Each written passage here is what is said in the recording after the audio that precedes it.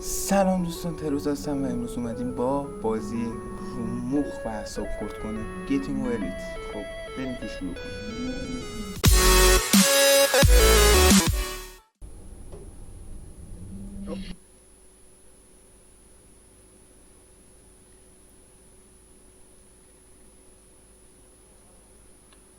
خب شاید شما اول بازیش کنید ببینید که دیگه شما سیاهی ولی دیگه من طلایی. من هک کردم زیاد. اینو باید 50 بار بازی رو تمام کنید تا بتونید دیگه طلایی داشته باشید. من هک کردم. آره. خب بریم که داشته باشیم. یس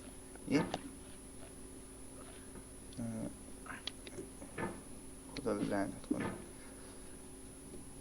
آها ایوه وایس این کدوم ای آها وایس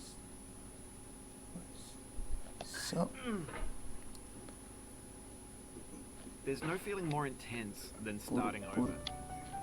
If you deleted your homework the day before it was due, as I have, or if you left your wallet, you have to go back after spending an hour in the if you won some money at the casino and then put all your winnings on red but it came up black. If you got your best shirt dry cleaned before a wedding and then immediately dropped your phone. If you won an argument with a friend and then later discovered that they could return to their original view. Starting over is harder than starting up. If you're not ready for that, like if you've already had a bad day, then what you're about to go through might be too much. Feel free to go away and come back. I'll be here. ایول Alright, thanks for coming with me on this trip. I'll understand if you have to take a break at any point. Just find a safe place to stop and quit the game. Don't worry, I'll save your progress always, even your mistakes. This game is a homage to a free game that came out in 2002 titled Sexy Hiking. The author of that game was Jazzo, a mysterious Czech designer who was known at the time as the father of B games. And B games are rough assemblages of found objects. Designers slap them together very quickly and freely, and they're often too rough and unfriendly to gain much of a following. They're built more for the joy of building them than as polished products. In a certain way, Sexy Hiking is the perfect embodiment of a B game.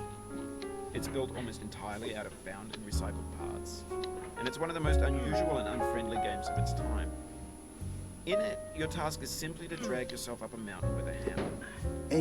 That act of climbing, in the digital world of life, has certain essential properties that give the game its flavor.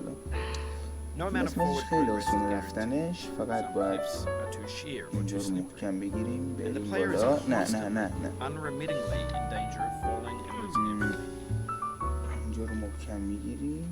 Anyway, when you start Sexy Hiking, you're standing next to this dead tree that blocks the way to the entire rest of the game. It might take you an hour to get over that tree. A lot of people never do.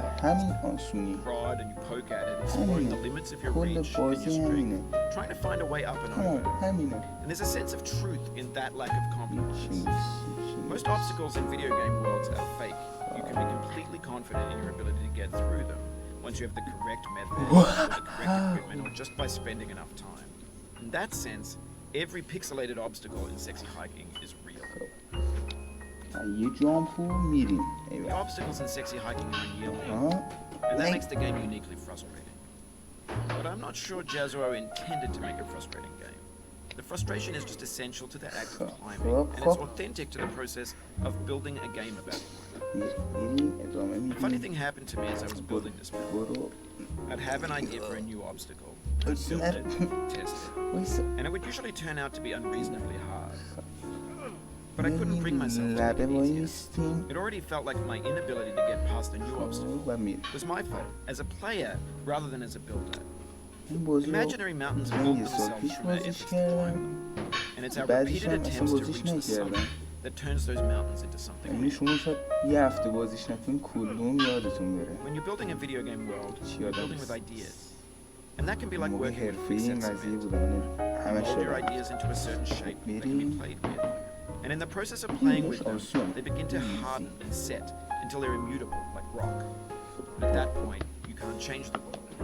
Not without breaking it into pieces and starting fresh with new ideas. For years now, people have been predicting that games would soon be made out of prefabricated objects, bought in a store and assembled into a world. And for the most part, that hasn't happened. Because the objects in the stores are... You could build culture out of trash. But only trash culture. B games, B movies, B music, B philosophy. Maybe this is what digital culture is. A monstrous mountain of trash, the ash heap of creativity's fountain. A landfill with everything we ever thought of in it.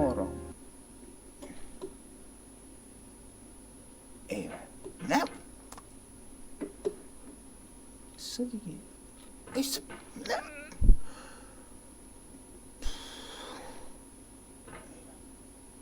خوبه همین نوک وای میستیم و یه حرکت ناب میرون بالا ایول برو میشه تو میتونی برو دهنه تو سرویس برو دیگه اعصابم رفته رو مخم برو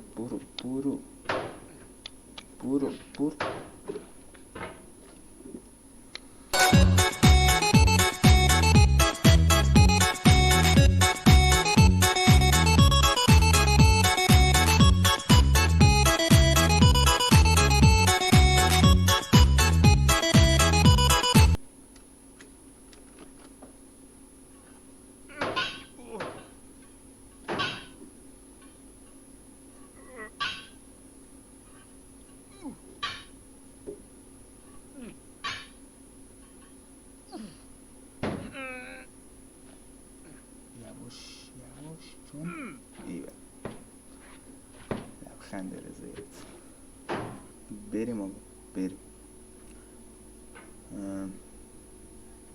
ایول برو فاک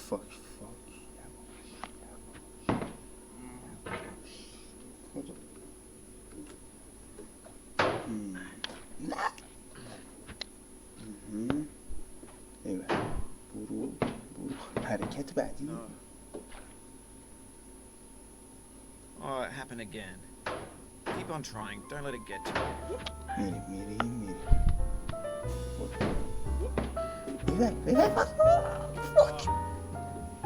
This thing that we call failure is not the falling down, but the staying down. Mary Pickford.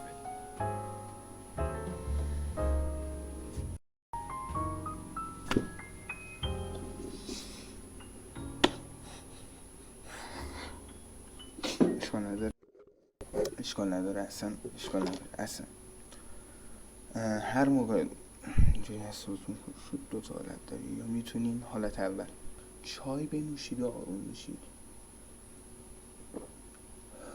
یا حالت دوم هرچی فوش بلدین بگین بهش آروم شدم بریم ادامه بازی اصلا اشکال نداره شیت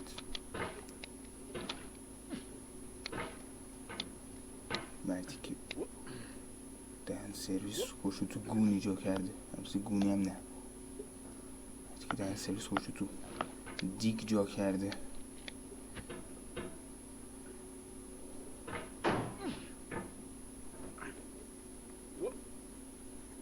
خب اینجا یه جامپ میزنیم و میریم بالا ایوه اشکال نداری میره نه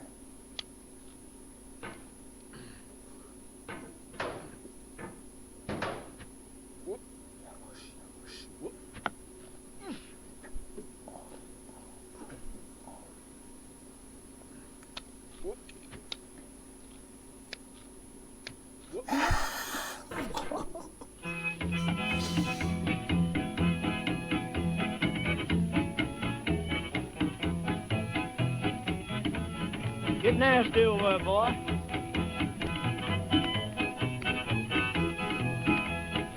going down the road feeling bad. I'm going down the road feeling bad. Down the road feeling bad, and I ain't going to be treated this way.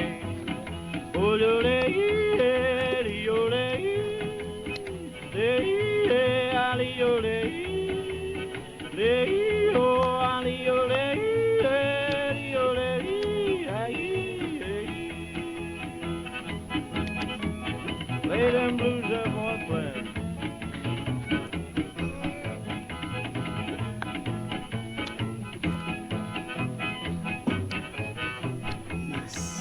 نه Down نه in نه the jail نه on my نه knees. I'm down in jail on my knees.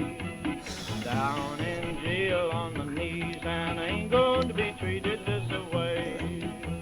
They feed me on cornbread and cheese. They feed me on cornbread and cheese. They feed me on cornbread and cheese, and I ain't going to be treated this way.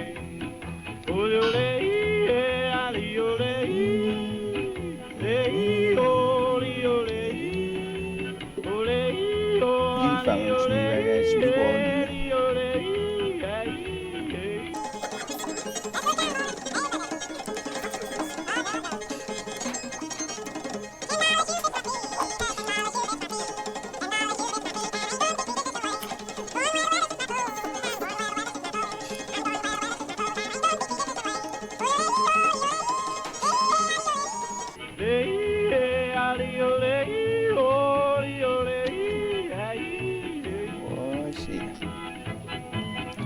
Turn down, boy, turn down. Hey, hey, hey.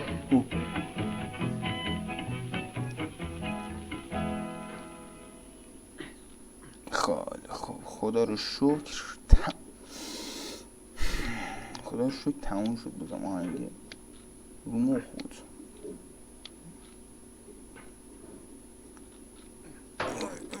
برو یس فاک نه The soul would have no rainbow had the eyes no tears. fuck you John fuck Vance you. Cheney. آهنگش کلا رو مخه اصلا. یعنی این بنت فادی سازنده بازی استاد کارای رو مخ. آهنگش هم رو مخ منه.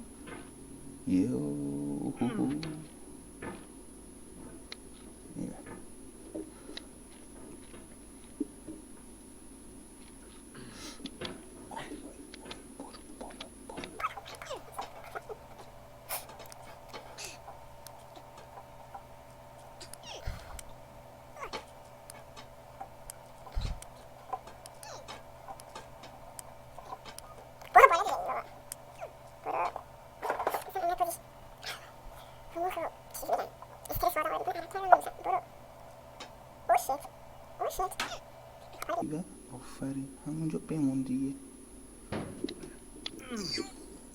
برو خب یکم بیایم این ورتر. خوبه عالی.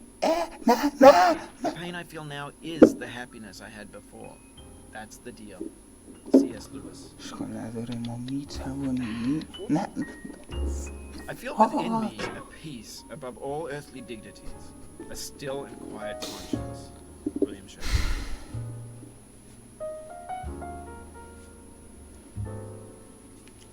خیلی خوشحال شدم که خوشحال شدین از این بازی. هیچ وقت این بازی میرو بازی نکنید، هیچ وقت. اگه اعصاب درست حسابی ندارید اصلا اینو بازی نکنید. خب دوستان خداحافظ.